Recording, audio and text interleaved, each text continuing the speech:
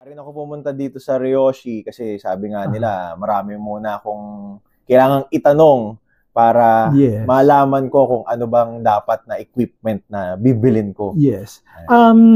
Actually, yun yung pinakaunang step na dapat gawin pag newbie ka. Kailangan mo na mag-research.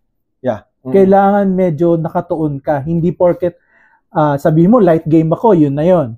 You have to see kung saan ang gusto mo.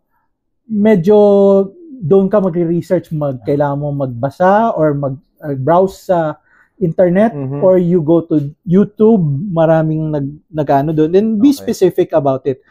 Pag medyo naka-specify na sa'yo kung ano yung balak mo, ano yung gusto mong gawin, doon ka lang mabibigyan ng tamang gears. Kasi right now, marami dyan, pwede kang bigyan lang. Oo nga eh. Ng kahit na anong gears. Oo, baka bentahan lang ako ng kung ano-ano. Yes. Oo. So, ang mangyayari yan, pagka ganyan, you'll find na bakit hindi akma sa gusto mo.